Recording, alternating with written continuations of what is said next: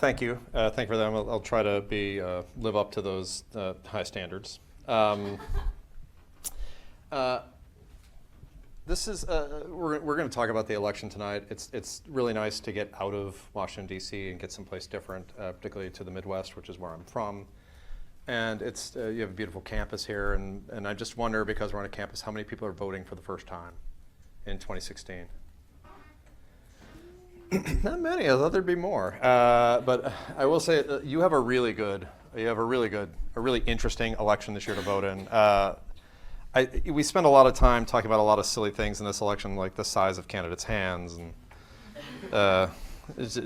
just generally the conversation has gotten a little out of whack. But I do think this election is really important. It's important because it's really dictating the future of the two parties in different ways we didn't expect going into this election. I think going into this election, if you had asked me a year ago, talking to our friends, we'd get some version of Bush v. Clinton, or maybe Walker v. Clinton, or maybe in the outside, Rubio v. Clinton, something like that. We don't have any of those things. We've got something really different going on, and I want to talk about that tonight.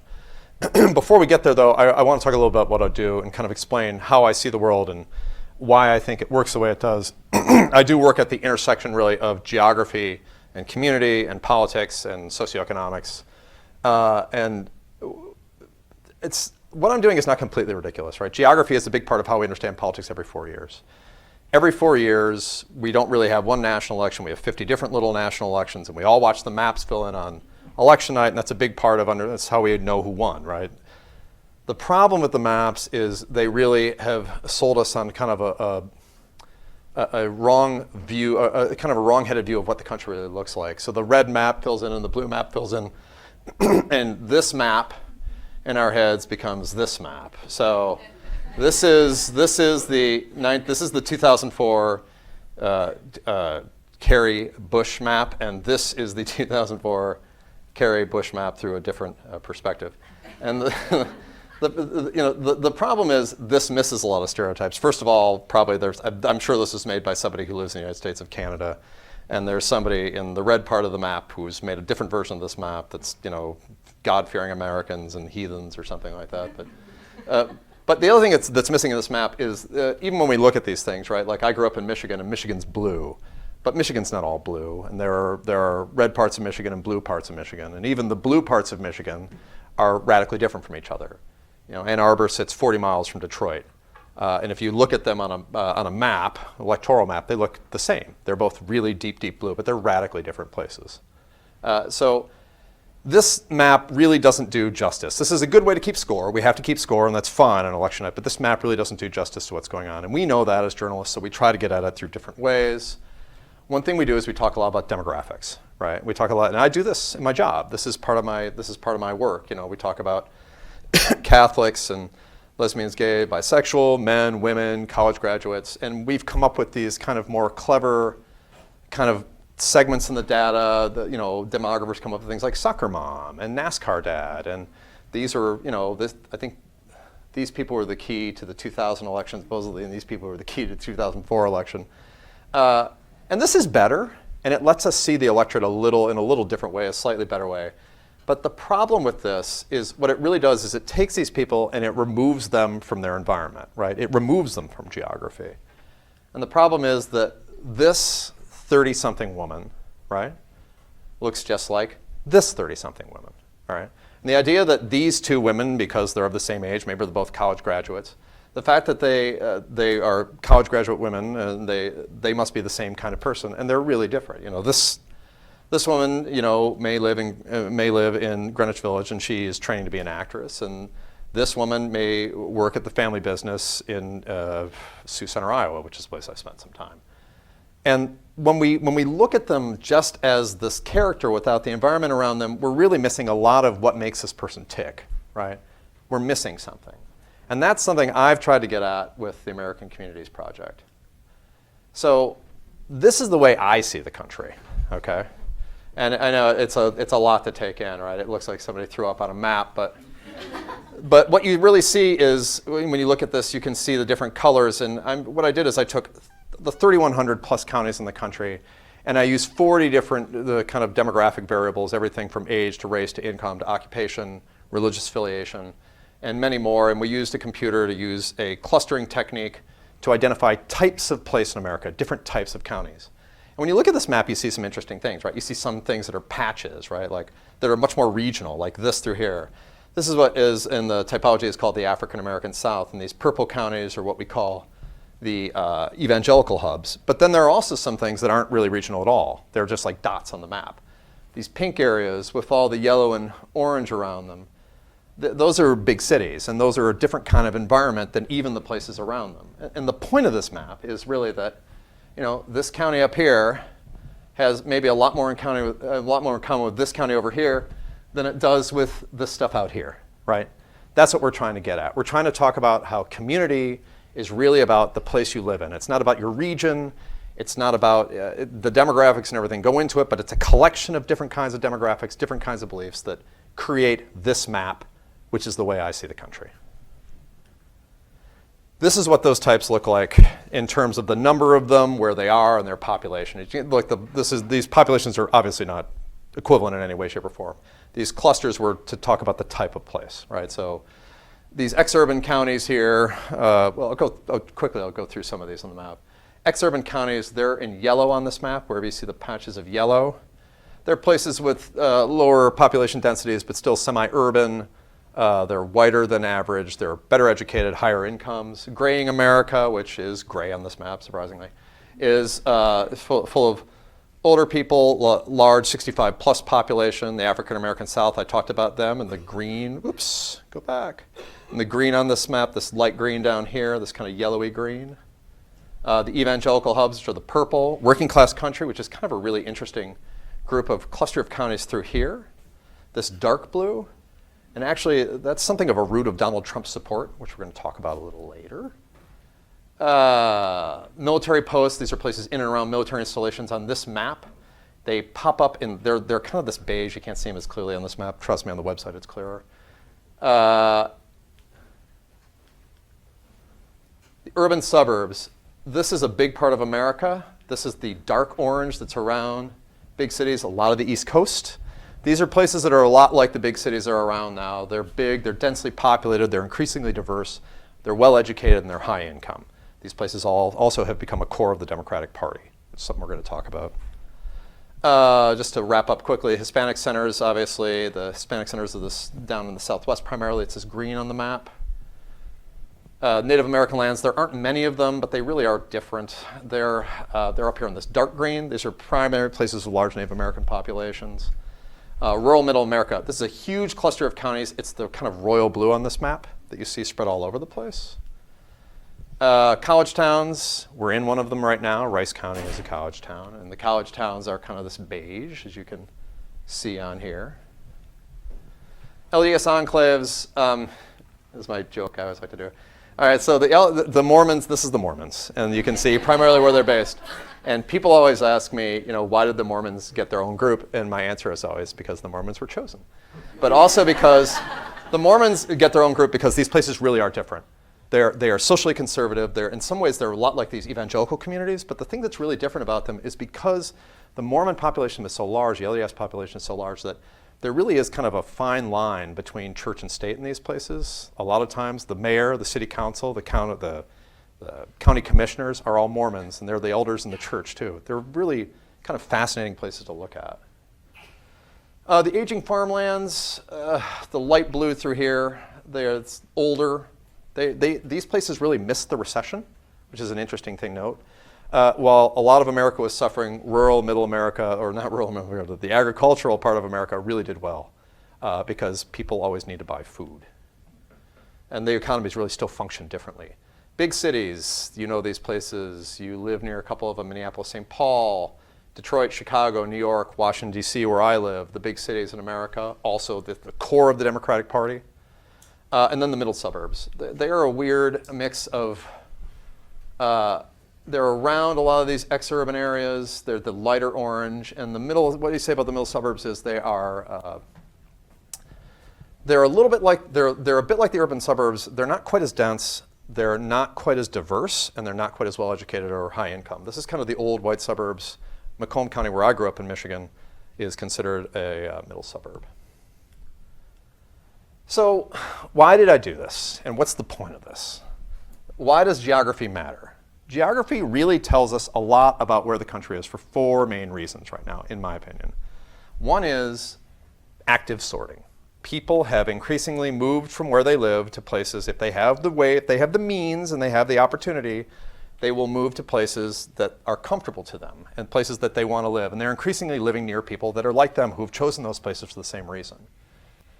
The other part of it, passive sorting. The people who are left behind, this is often talked about rural America, who don't have the means to move. And what's left in those communities is, again, more similar because the other people have opted out and left behind a pool that's more pure in some ways, right? This is a big part of it. Number 3, marketers and brands understand and know how to take advantage of the changes. This is the rise and the improvement in niche marketing, right? How do you sell to where you're going to put something? The way to think about this is this. Chain stores in particular, and I'm not just like fast food restaurants, everything. Like a Starbucks just doesn't appear on a corner. A Starbucks might appear on any corner, but a Cracker Barrel doesn't appear on any corner, right? And a Whole Foods doesn't appear on any corner. Behind those decisions is a lot of thought and a lot of looking at what the demographics of the community are. And what this means is the community you live in is increasingly the people you live around, and all the stuff around you is targeted to you and people like you. And that means that where you live is increasingly different from where other people live. And then the last part of this is the media environment has really led to more niching. And the way I think of this is the internet. I'm old enough to remember a world before there was an internet. And before the internet, when the internet came into place, one of the things we thought was that the internet would be this great geography disruptor, right? Like, geography doesn't matter anymore. The internet means that you can access anything from anywhere, and you could live in rural Nebraska and read the New York Times if that's what you want to do. And you can. And it could be that the most liberal person in America lives in rural Nebraska and he listens to Pacifica radio or she, but that person is an outlier, okay? Increasingly, what this has really led to, what the internet has led to, is the internet is a 1,000,000-channel cable box. And even though we're all individuals, because we live near people that are like us, we're all tuning to the same band, or increasingly tuning to the same band of information. And that's leading us to, again, see the world through the community's eyes in a more niche view. I want to talk a little bit about what these look like in terms of numbers. So these are all the types in the American Communities Project along the bottom. This one I didn't organize right, I'm sorry.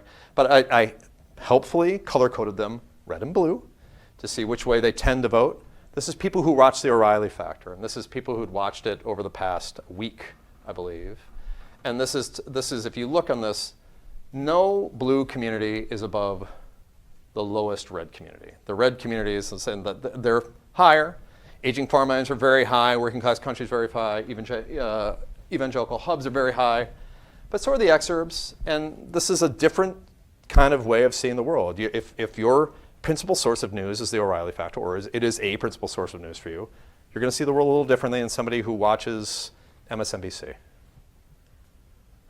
Cracker Barrel, who went to Cracker Barrel last year. I'm going to talk a little bit about LDS enclaves in this African American South because they're the outliers and there's a reason for that, okay? But this is really fascinating. This is if you've been there in the last year. 20% of the people who live in the evangelical hubs have been to a Cracker Barrel in the last year. That's true of only, less than 10% in the big cities, less than 10% in the Hispanic centers, just 10% in the urban suburbs, right? So what's that about? Well, that's about a couple of things I'm going to explain on the next slide, but because there's the reverse of this image. But really quickly, the African American South, why is it up here with these red places? Because the African American South is really divided between, I call it the African American South because the large African American populations, even though they're very large African American populations, they are not majority African American populations. So the white people that live in these African American South communities tend to be very, very conservative. That's one thing that really pops up in the data again and again. The vote here is very divided every election. It's very close, and the vote falls along racial lines. Whites vote for one candidate, blacks vote for another. The LDS enclaves are an outlier just because those communities are just radically different from any place else. Outside of Salt Lake City, most of those places are very rural. So you just don't get a lot of chain stores of any kind in that place. So this is Cracker Barrel, which over-indexes. These are some of the Cracker Barrel. I get this data from Experian. It's a consumer marketing firm. They index what your partisanship is, where you tend to go. Cracker Barrel is one of the most conservative restaurant chains in the country. Doesn't that compromise your data? I mean, if the African American South is made up of a huge subpopulation of evangelical of people from evangelical hubs, does that compromise the meaningfulness of the category? It doesn't for me, because to me this really is a place. This is a place in America. The whole point is that I'm not trying to get something that's pure. I definitely don't want ideological purity. I want reality. And the reality of these places, these are some of the, I was going to get to this later, but I'll say it right now because we're here. These are some of the Trumpiest places in America. Donald Trump wins these places by large, large margins. And he wins them because he's not winning the black vote in them, because blacks don't vote in Republican primaries. They really don't. The numbers are just, even in, you go to a place like Mississippi, Alabama, that population, the Republican primary population, you're talking 90% plus white. It's a white voting population. But these are the whites who live in those communities voting heavily for him. And to me, it's just a sign of what the place is. This is the flip side of Cracker Barrel. Whole Foods. Whole Foods, huge for the big suburbs, huge for the big cities. And then you get the exurbs in here. This is largely due to income. That's a big factor going on in here. College towns. And then a lot of the factors down there with the blue, those blue bars are about income, and they are about density. So Democrats shop in these places. These counties tend to vote Democratic for a bunch of reasons. But the fact of the matter is, increasingly in the United States, places that are densely populated with higher incomes and higher education rates tend to vote Democratic. But what's going on here and what's going on here is about where these stores are placed. Remember, you can only shop at a Whole Foods if there's one near you. You can only go to a Cracker Barrel if there's one near you. This is marketing. This is the people who put Cracker Barrels places understand that this is where they need to put the Cracker Barrels so they're going to get the most sales, right? It's not that they don't have the money to put one in a big city. They just understand that they look at the demographic data, and those people they don't think are going to eat at Cracker Barrel, or enough of them won't. Same with Whole Foods. Whole Foods used to, they took this down, but they used to have on their site, I think they took it down. They used to have on their site, if you want to go to Whole Foods, if you want a Whole Foods in your neighborhood, you can contact us, but you have to meet these prerequisites. You need this, and literally, it's completely reasonable. They said, like you need to have this much college population within a 10-mile radius. You need to have this level of income, and this level of population density. And the things they were really describing were largely these communities, right? And one last one to get away from the brick and mortar. This is who went to NASCAR.com over the last 30 days. And look, the numbers are still relatively small. Now, there aren't that many NASCAR fans in America. But they are overwhelmingly from Republican communities, right? Places that lean to the right. This is about how where you live affects how you see the world. Different ways of understanding what your community really looks like. What it means for politics, and why I think it's extremely useful for politics, the way I break down the country is, this is the breakdown from the exit polls from 2012. And if you look at this breakdown from the exit polls, it looks like, well, the Democrats just win because they win these cities. I mean, they don't even win the suburbs. And then rural America is heavily Republican. So they're just getting such huge margins out of the cities. That's how they're winning. But look, we know enough about the United States to know that there's more than just cities, suburbs, and rural places, right? It's more complicated than that. This is the way so I took the election results and I put them through the filter of the American Communities Project, and this is what it looks like. Okay? Blue is the Obama percentage, red is the Romney percentage, and you can see you're talking about big cities, dense suburbs, the African American South, college towns, Native American communities, and then it flips in the middle suburbs, and the rest of them are Republican. Problem is, this is where most people live, right? But this is the way I see the country. And it's a lot more complicated. And even when you get to these exurban areas, right, like out here, this is a big margin. And Republicans are winning big out here in the exurbs. But look at this out here in some of these places, in the evangelical communities, aging farmlands, working class country, just huge, huge margins. What it means for looking at metro areas is this. You can kind of really see where the country flips. So big cities, 30%. Urban suburbs, Obama wins by 16%. Then Romney just ekes out a win in these middle suburbs, and the exurbs flip almost the other way around. The way I think of this, just really quickly, is This is the blue blob that scares Republicans. This is what those trends look like over time, okay? Democrats have always done well in the cities from 2000, have done well in the cities, but look what's happened, right? Look what's happened since 2004. They've done well in the urban suburbs. It closed a bit in 2004. This is the terrorism election, right? Then it blows wide open, and those margins are huge. The exurbs came a little together in 2008. That's the recession and just a lot of anger at George W. Bush, but it's blown back open again. But this one, and this one in particular, this is the blue blob that lives around big cities, and this is what scares Republicans. Because Democrats have always controlled the cities, and there's a lot of people there, and that's why Democrats win a lot of states. But they used to be closer in these suburbs. Now these have blown open. So when you think of a map of like a big city, think of a map of like metropolitan New York or DC or anything. It's blue, and then what's happened over the last election is the blue has expanded, right? It's like used to be the city was just blue and just a couple suburbs. Now it's a few more suburbs. Now it's a few more suburbs, and this expanding blue blobs around these cities are they're just really bad for the Republican Party when it comes to national elections, presidential elections. It's really hard for them to deal with this. They need to find a way. If they're going to win a national election again, they need to bring these lines back together, closer. They don't have to win, have to get them closer, and bring this back together a little bit. They need to find a candidate that can at least nullify some of the advantages Democrats have in big cities and urban suburbs. And if they can extend their advantage in the exurbs, that's great. That's, yeah. How do you explain the jump in the middle suburbs? Or is that what that was? Yeah. On the left side? The jagged line here? Yeah.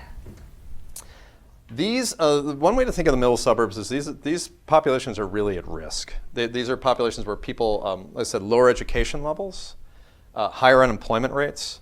So when the recession hits, this is, nice lead, blown wide open with the terrorism election. This is the recession, and this is anger at George W. Bush in part. And the other thing that's really going on there is just, it wasn't working for them economically. They needed something else. And so they went for Obama, and obviously, we get to 2012, it flips back. So that's where we kind of stand in terms of the general election going forward, looking at 2016. There's a whole bunch of reasons why it could be different in 2016. We have this guy named Donald Trump we have to talk about. But this is what the map has looked like in the past couple elections and why it's been very bad for Republicans over time, since 2008. But there are problems for both the Democrats and Republicans in terms of what's still coming down the road. Democrats have a very odd mix right now. They're packed in around urban areas, primarily. They're talking about big cities and urban suburbs that are the strengths of the Democratic Party. That's grown their advantage. But the problem is, in these places, the tensions are growing because the people in these places want different things. I've talked to a couple of people about this today. I live in upper northwest Washington, D.C. Washington, D.C., where I live, it's about, I think it's, at this point, it's not majority African American anymore, but it's I think African Americans around 49%. But where I live, that's not true at all. Upper Northwest DC is very, very white, okay? The other part of DC is Southeast DC. Upper Northwest DC is white, well-educated, high income. Southeast DC is lower education rates, lower income levels, high minority populations. That's a real problem in that the people living in those two places want very different things. And the way I describe it is Upper Northwest. And it's not this simple, but one way to think of it is Upper Northwest, those are all college-educated folks who want a nice place to live and more bike paths. And Southeast DC they've got problems with crime and drugs and other things that haven't worked their way up in the Northwest. So it's a complicated mix. This is what the Democratic coalition, this is the problem the Democratic coalition has, right? This is using the Gini index. The Gini index, for those of you who don't know, is a way of measuring economic inequality. The places that the higher the Gini index number, the more economically unequal your place is. And you look at the places with the highest economic inequality, the big cities, African American South, college towns, urban suburbs, Native American lands, all Democratic places. Places with the lowest amounts of economic inequality tend to be Republican. This is one reason why Democrats are so focused on economic inequality. They're living in places where the economic inequality problem is deeper. This should have been the ticket to Bernie Sanders, right? This is what he's talking about, economic inequality. Why isn't he winning with this much about economic inequality? The reason he's not winning with it right now is he can't win minority voters. He has one state so far, we have exit polls where he has won 50% of the minority vote, New Hampshire. It's the only one. And in some of the other states, he's just taken a real beating with minority voters, particularly in the South, but not just the South. Also in Ohio, in Michigan, it's been a real problem for him. That said, this tension inside the Democratic Party between the economic haves and have-nots is not going to go away. The economic inequality of these places is going to stay stark, and this is a problem that's looming out there for the Democrats to deal with at some point. It probably isn't going to happen in 2016, but it's coming down the road. I've often thought that if Bernie Sanders could do better with minority voters, or if he were an African-American candidate or a Hispanic, this election might look very different right now. And that candidate might be leading the Democratic delegate battle. So that's the Democratic split. The Republican split is, in some ways, much more complicated. Because while the Democrats have these fights going on between haves and have-nots, they at least all live in the same place, right? So if you're talking about you live in a community that's where everybody sees the same thing, lives in the same kind of place, Democrats may live in different economic strata, but they live in the same place. Republicans have this problem with education, economics, and income, complicated splits on social issues, and it really makes itself apparent in the urban, exurban, and rural split. The Republicans have to straddle these things and a rural, exurban divide that makes things extremely difficult for them, not just on economic issues, but on social issues. This is how people feel about gay marriage in these 15 different communities. And you can see, look at the urban suburbs. This orange bar represents in favor, yellow is opposition. You look at the urban suburbs, big cities, college towns, military posts, the exurbs, which are Republican, strong favor for gay marriage, allowing gay marriage. But the problem is this other end of the spectrum for the GOP, right? Working class country, the aging farmlands, the evangelical hubs, strong opposition, right? So as we talked about the blue blob that's coming out of the cities and how Republicans have to find a way to get back in there. They need to find a way to get back into the suburbs and the big cities and some more of that suburban vote. And they've got these people kind of with them in that fight. They understand that that has to happen, but they've got all these people against them. This is a real split within the GOP, and it's not easy to fix. That's gay marriage. Another one is abortion. Look at abortion. This is all mostly illegal is this, and always mostly legal is the yellow bar. And again, you see big cities, urban suburbs, college towns. Again, even the exurbs favor for keeping abortion all or mostly legal. It's only when you get out there to the far side, the aging farmlands, the evangelical communities, working class country, there's opposition to abortion, keeping it all or mostly legal. So, what do you do if you're a Republican? It's really hard. You're straddling this divide, and it's this. You need these people, and you need to bring the line into the suburbs. But at the same time, these people are your base, and they want something else. This is the split that's been working at the Republican Party on cultural issues for a long time. The point out of this stuff is community you live says a lot about who you are, what you see, who you speak with, how you understand the world, all the way down to your consumer and media choices. So you really do live in a completely different reality than people who live in different places. Now you can compensate for this. You can try to spend time on the internet going to people who disagree with you and reading sites that that are going to make you angry. But most of us just don't do that, for good or maybe worse. I don't know. And this is kind of the big picture. The one question I get whenever I do this is like, sure, but you're talking about these big cities and these exurbs and whatnot. But they're all a big merge of people, so you can't separate the Republicans out of there. You can't say that that's the Republicans that are different. It may just be that the population is different. It's the Democrats that are different in those places, or vice versa. The Democrats, the numbers look different for the Democrats because the Republicans in those places change it. So what I did, something I just started to do, is I wanted to look at the split within the GOP. And this really came to my mind this year because of Trump. Okay, this is 2016. What we've had in the past in the Republican fight for the nomination is two lanes. An establishment candidate, McCain in 2008, Romney in 2012, that faces a small challenge but emerges with the nomination, right? There's a little bit of fight. Maybe they lose Iowa early on, but eventually you move up to New Hampshire, you get to all these East Coast states, and they secure the nomination. And on the other side, you have the social conservative, Huckabee in 2008, Santorum in 2012. They win the support of the southern and the plain states, but they can't win out east, so they never quite get the nomination. So there's this little, there's this movement for the social conservative candidate, but in the end, people fall in line behind the establishment guy. The establishment guy gets the nomination. This is what's happened this year.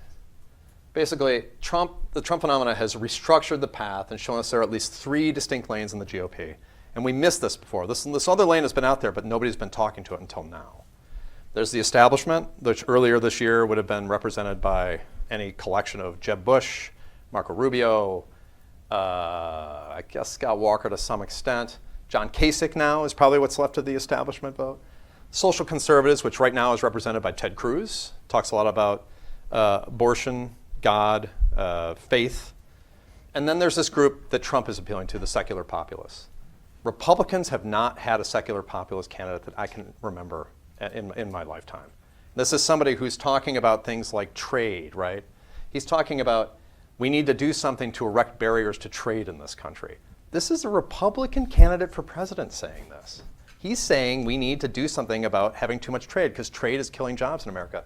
What's more, if you look at the exit polls out of Ohio, Wisconsin, Michigan, more than 50% of the Republican primary vote said that trade is costing America jobs.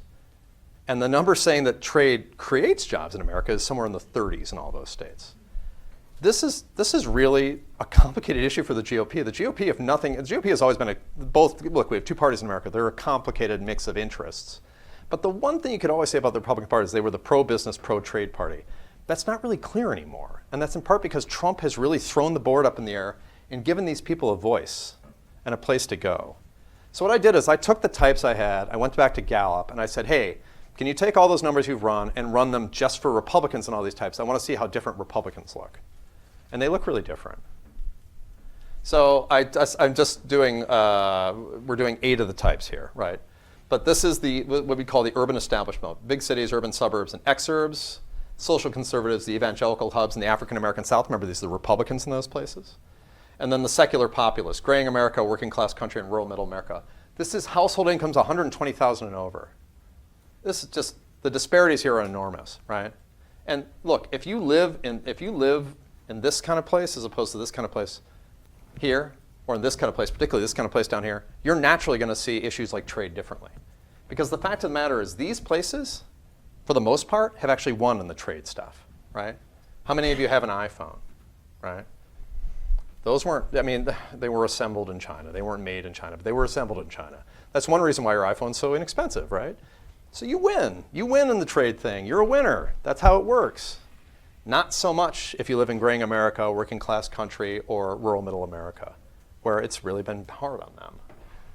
This is bachelor's degree or more. Again, you look at the big cities, urban suburbs, exurbs, the urban establishment, much, much, much more highly educated than these folks out here. And again, you're talking largely about the Trump voters here, Cruz voters, for the most part. Look, there's movement in these groups, and what's left of the establishment in the GOP. And church attendance every week. This one's a little closer, but you can definitely see the spike in these places, and the places there, these numbers are much bigger. Over 50% in the evangelical communities, close to 50% in the African American South. Much lower in the big cities, down below 40%, just north of 40 in the exurbs, below 40 in the urban suburbs. And then you get out there to graying America, working class country, rural middle America, those secular populists. Again, lower than the social conservative numbers for the Cruz people. Two numbers consistently show in the exit poll data and in our NBC Wall Street Journal poll data, two basic components of the Trump vote, the two most statistically reliable things when you look at exit poll data. It'll be different tomorrow because it's New York. Please don't look at New York. It's an outlier.